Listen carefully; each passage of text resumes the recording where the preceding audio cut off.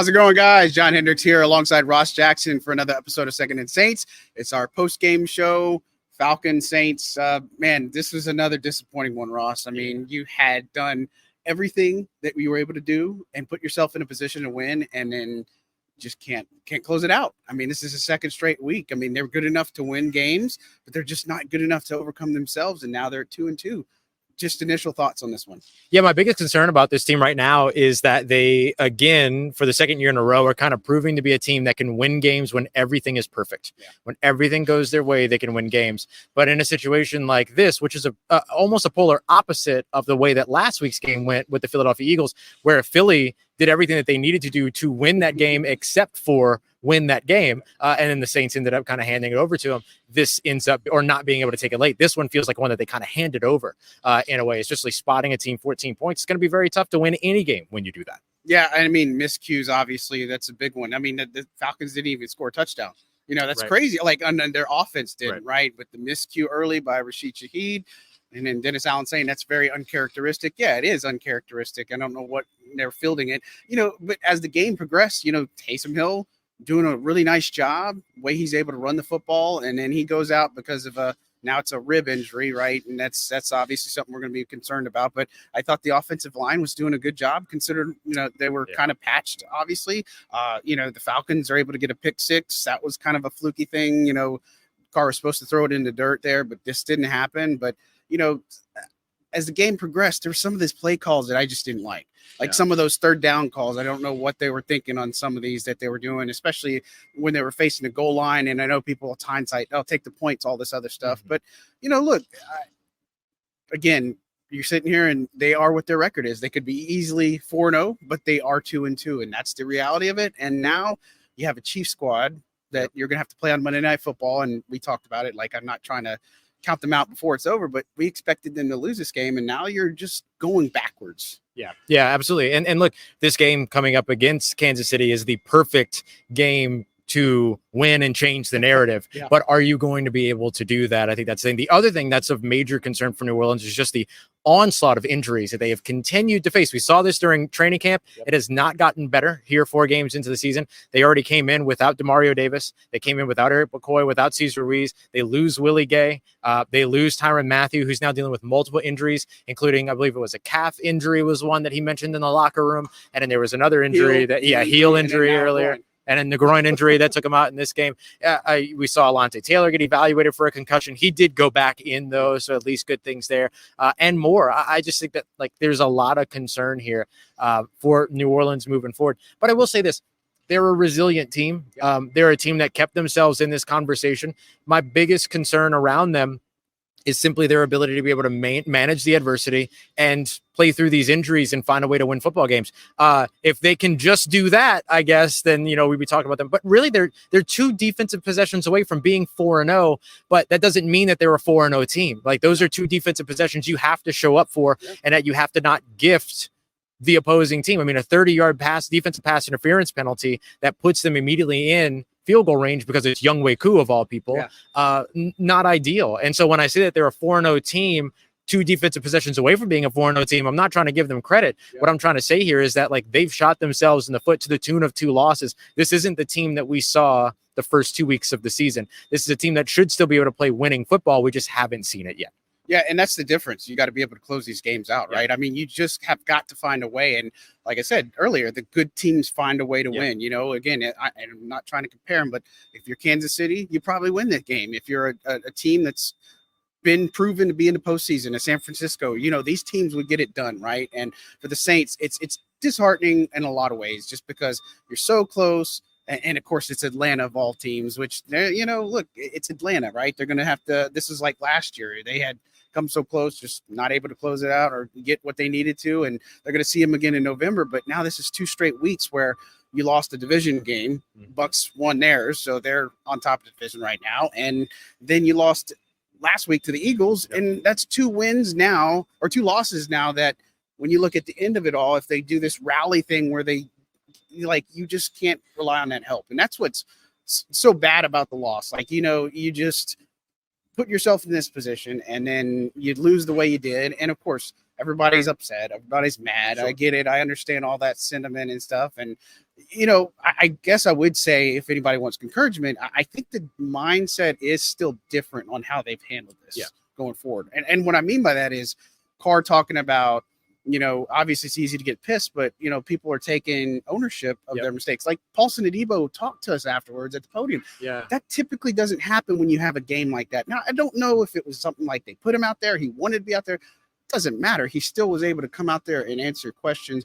I just say that the makeup of this team is different, but at some point it's got to lead to wins. Like the lip service is great and all, but it's got to lead to wins. Yeah, absolutely. On Paulson Adebo, 3 defensive pass interference penalties in this game. 2 of them were declined. But the big thing that you're looking at here is that the entire defense as a whole came into this game sans Paulson Adebo with 3 defensive penalties so far on the year, according to Pro Football Focus. He already had 3. He had as much as the rest of the team. Now he's got twice as much as the rest of the team, barring some other penalties today. So definitely something to watch there. But look, I think on the Paulson Adebo front, you live and die by his physicality, and you'll take that if you're the New Orleans Saints. Like, they love his physicality. They're okay with it because you also end up with an interception from Paulson Adebo today, another interception on the season, another big pass breakup down the field, all these other things. So it's a bit of a trade-off. It's a little bit of one of those things where it's a give and take, I guess you could say, when it comes to those penalties. I think over the defensive side, the thing that was most concerning for me on the defensive side was the lack of pass rush. Peyton Turner getting back there, getting the sack and strip. Of all people to get your pass rush going, right? Right. I mean, no disrespect, but like of all people to get it going, like that's not the guy I would think of. Absolutely. Yeah. We looked going into this game at the fact that Carl Granderson and Chase Young were tied for the 4th most pressures coming into this game, thinking, okay, well, their Atlanta Falcons are down their starting center. They're down their starting right tackle. You got to be able to take advantage of it. And again, and I say again, because this seems to be a yearly occurrence, is that the Saints end up going up against the Atlanta Falcons when their offensive line is hurt and then not being able to turn in a really solid performance coming out of it. So, okay, that's the last concern thing that I'll talk about, but I wanted to make sure that I highlighted the pass rush there. I do think, though, that there was some encouragement that we saw on the offensive line. Shane Lemieux kind of showing that, yes, you can go out there without Eric McCoy and get some good center play from him. So he did a good job. I'm curious to see what it looks like against Chris Jones next week, as opposed to the worst pass rush in the NFL in Atlanta. But I think that they showed you at least that they can navigate the losses on the offensive line to the tune of what was Alvin Kamara's 4th straight game with over 100 yards from scrimmage, who I think was the best player on the field, not just the best Saint, but the best player on the field in this game. Yeah, I agree. And I mean, he wasn't 100% coming into this, but he felt good enough to go. And, Alan was talking about after the game that's important for other people to see that he's playing hurt and such. And look, he was a factor. I think Chris Olave, he was hurt too. And he played extremely well. I think those 2 performances, and of course, stuff like that gets lost when you have a loss like this. Sure. But with Kamara playing the way he did, and again, Taysom playing the way he did as well, it's just, it's encouraging to see them be able to rebound after a bad offensive performance last week. Like, we knew what last week was, but this week they were able to put a little bit more together. They were able to move the ball some more. Again, some of the play calls I just didn't care for and stuff. Like, I don't know why you're running to the right side or running outside on a 3rd and 3 or 3rd and 4 call. Like, especially when that's kind of like, I wouldn't say your deficient side, but you don't have Cesar Ruiz there, right? Like, you got Penning out there. But again, they got to learn from this. They're going to want to put this obviously behind them. I'm with you. I don't think the pass rush was anywhere close to where it should have been, right? Like, you had to wait almost 3 quarters before it was a factor, and it was Peyton Turner getting a strip sack. And, that's just got to change. And if a guy like Cam Jordan, I mean, he's embracing his role, but, he's playing inside, you put him in to get a little bit more injection here. I don't know. They got to figure it out, but this is more about closing the game out. You got to be able to close the game out. And of course, I know you lost Tyrann Mathieu. You had Jordan Howden out there. You had Will Harris. I mean, the tackling at one point got really sloppy in the last quarter. Like, it was kind of like a carbon copy. Like, you had bad tackling. They were able to run the ball a little bit more in the 4th quarter. And you had some ability to stop them on some 3rd and 9, 3rd and 10s, some other things that come to mind. It's just, it just wasn't enough. And now they're 2-2. And I guess, where do you go from here? It's just that this is the type of loss 2 weeks now in a row that it could cripple your team. It could hurt your team. I don't get the sense that it is for this team, but where's your mindset at? Yeah, I think that, this is a game that you win if you were only playing against a team that was opposite you. Yeah. The issue for New Orleans in this game, it's kind of similar to what they experienced against Philadelphia last week, is that they weren't just playing against the team ahead of them or across them. They were kind of playing against themselves. Like, this is a game of self-inflicted wounds. This is a game of the New Orleans Saints scoring points for both teams. This is those to me were the differences in this game. But in other cases, if you come into a matchup like this and you score 24 points, you're probably winning. Yeah. It's a really unfortunate thing. And the Saints have shown, and I think one of the places where you need to see the Saints kind of really improve is in clutch moments. Yeah. We have not seen this defense play clutch so far this season. It's been two games in a row to where you take the lead with about roughly a minute left in the game, and haven't been able to keep the opposing team off the scoreboard. And that is something that's going to continue to be costly for them if they're not able to get that figured out. But if they can, and all of a sudden you limit the opposing team to what it is that the opposing team does or doesn't do, then you're talking about a very different result so far this season. And we're talking about a team that's in a very different situation. So I think that's the thing that they have to get fixed above all else. They got to be able to get pressure on opposing quarterbacks more consistently, particularly on the interior. And they got to stop shooting themselves in the foot. I mean, this is a self-inflicted wound team right now, and that's what we saw again today. Yeah, and I think for fans, I mean, this has been the product for the last several years. Right. Like, this has been the problem with this team, is that there are too many self-inflicted wounds. Like, you just shoot yourself in the foot, you're in a position to win, or you do this if you just did this. And again, I kind of mentioned is like the complementary football. If you're not able to play that, this team cannot win. They cannot benefit. And this is a prime example. And so, look, again, it's going to be a tough ask for them to beat Kansas City next week. I don't think that, even with everything that happens, now they could come out and shock us, but the injuries, playing in Kansas City on Monday Night Football, I just don't see it. And so after that, like, when they go into that mode, they got the 10-day stretch of 3 games, right? So it's Kansas City, then Tampa comes down, and then you got Denver on a short week. So if you're looking for a silver lining, like, the season's not over after 4 weeks. Like, come on, guys. Like, I mean, I understand the sentiments and the sky's falling type stuff, but you're still 2-2. You're not 0-4. You could be 4-0. I mean, this team probably should realistically be 3-1,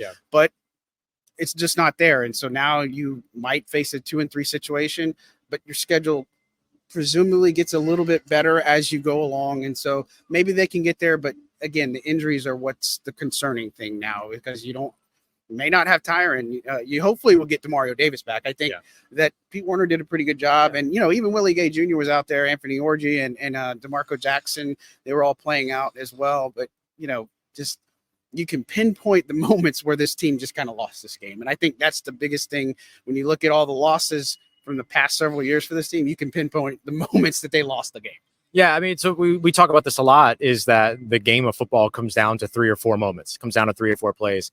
And I think that one of the biggest moments for New Orleans in this game was losing Taysom Hill.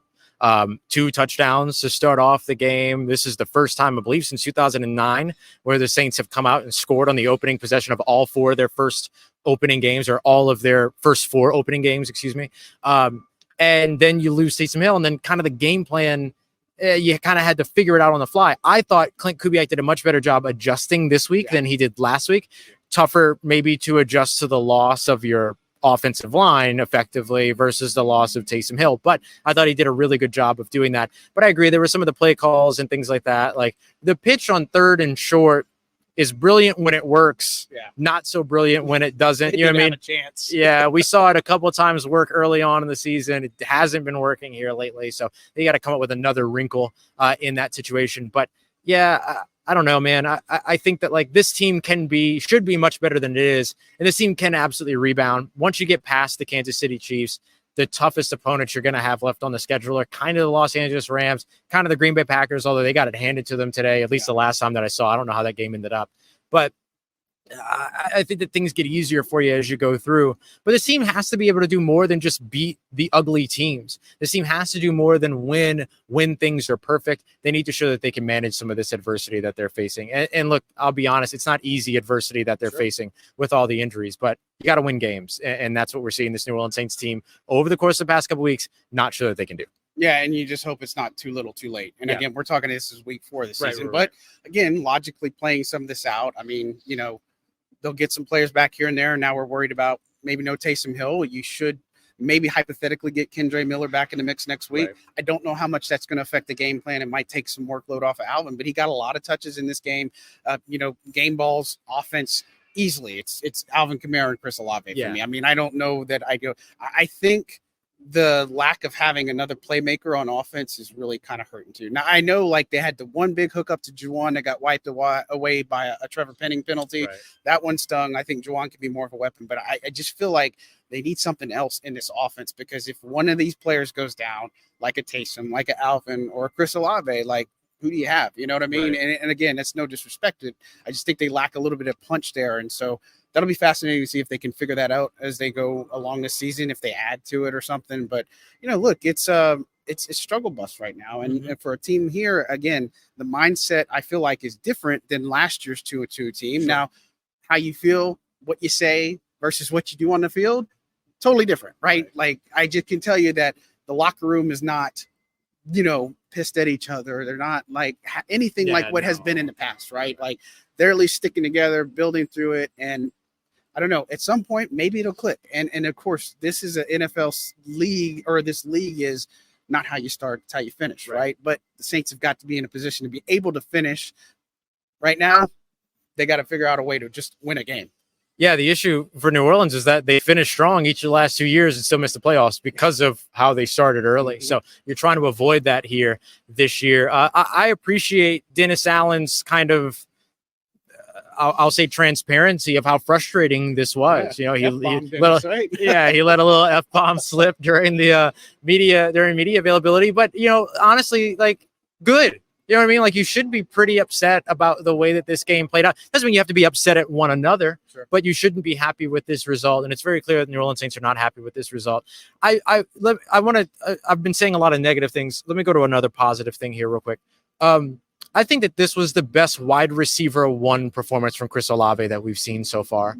This was a game, it's where it consistently, like, you had to rely on him to move the football.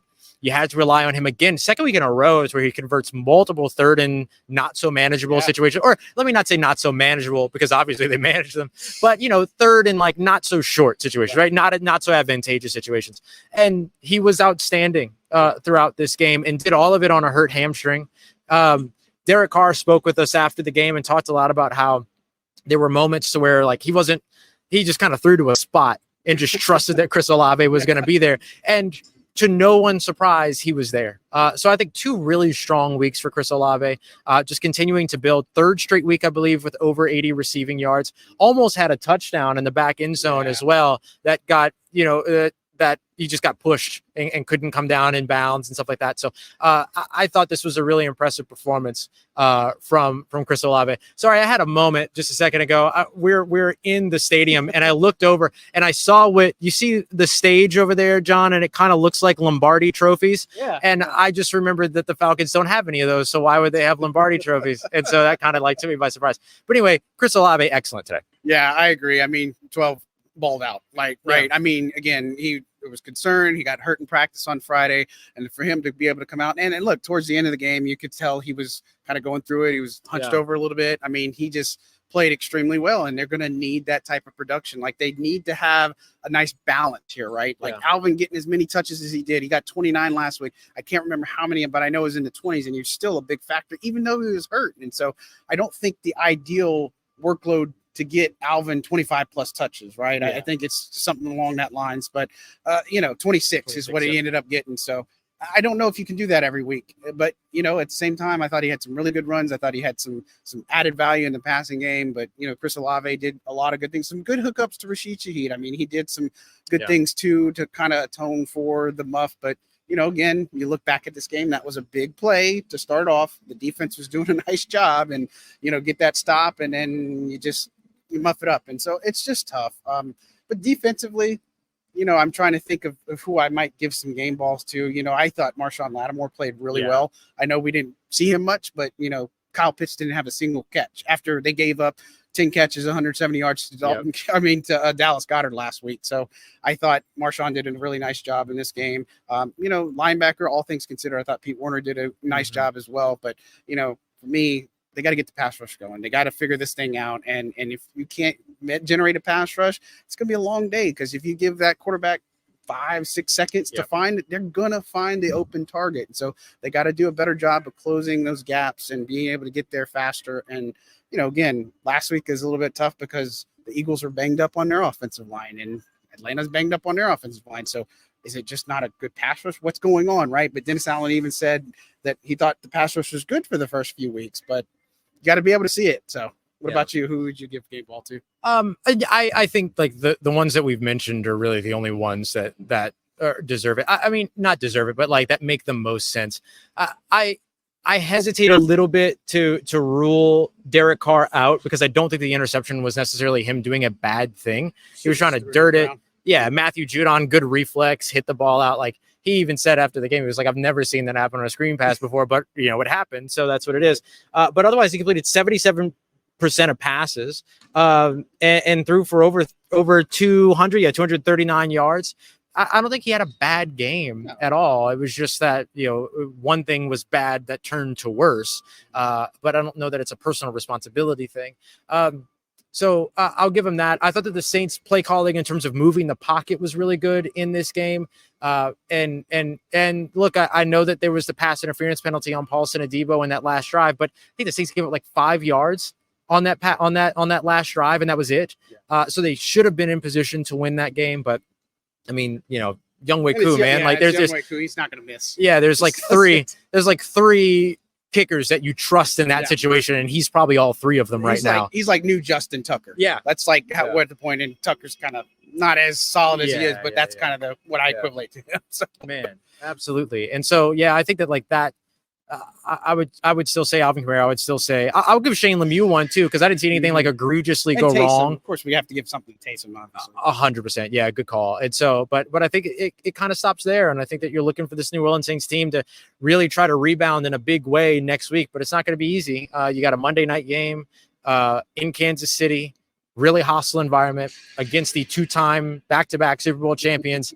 Patrick Mahomes, need I say more? Like, it's going to be very challenging. But I'll tell you what, if the Saints pull out a win there, I have no idea what to think of them anymore at that point. Yeah, I wouldn't know what to think of this team. And look, that could be the best case scenario if they go in, because again, everybody's going to be picking against them. I don't think anybody's going to pick them for next week. But those are the types of games that they come in. Like Dallas was supposed to run all over them, and look what they did to Dallas. I'm not saying they're going to do that to Chiefs, but they just need to be able to not shoot themselves in the foot. That's going to be hard in Kansas City's environment, but you just got to be able to close out the game. And so it's going to be even tougher because Patrick Mahomes is Patrick Mahomes. We know that. And so a little bit of bad news for them. They lost Rashee Rice. Right. That's a bad injury, it looks like. So it doesn't look like he's going to go. But Xavier Worthy's really, really talented. They don't have Isaiah Pacheco. So they've got, I don't know, from a deficiency standpoint, they still have some injuries that they're dealing with on their aspect. But, this is why they play the game. So any parting shots, thoughts, and remarks before we get out of here? I mean, this is a really crazy game in its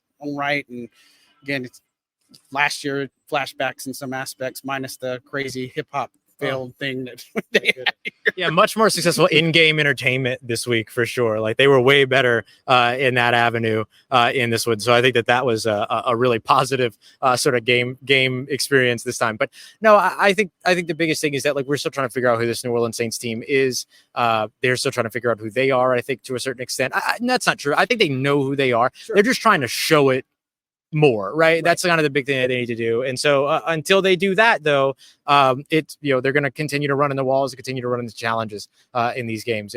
And again, it's so tough because the New Orleans Saints won this game. The issue is that they won it for the other team because otherwise, like everything that they needed to do, they were able to do. I don't know. It's perplexing, I guess, in a way. And so I'm excited to see how this team rebounds, or if they rebound from this one, and how it goes for them as they continue to push forward. Yeah, they just got to end this cycle. And I think that's the biggest thing, is they cannot keep losing games the way they are. I can understand if they get blown out, but this is just the common theme, is that they're close, they almost do enough, or they're just almost there at the end. They would have started better. Like they just got to figure out that identity, who they are, and we're going to see against the Chiefs. But from Atlanta, that's going to do it from our post-game show on behalf of Ross Jackson. Don't forget to give him a follow and make sure to follow LouisianaSports.net and all the great work he's doing at Locked On. And then, of course, I'm John Hendricks. Follow us at Saints News Network. Got my post-game column up and just talking about the cycle that needs to end. But thank you guys so much for your support. Don't forget to hit like, subscribe. You guys have been fantastic. So we just continue to ask for your support. And we really appreciate you guys. Still on the loss, 24-hour rule, as they say. But this one's going to hurt for a little bit longer than that, I think. Yeah, sure. All right, guys. Y'all have a good one. That'll do it for us. Love you.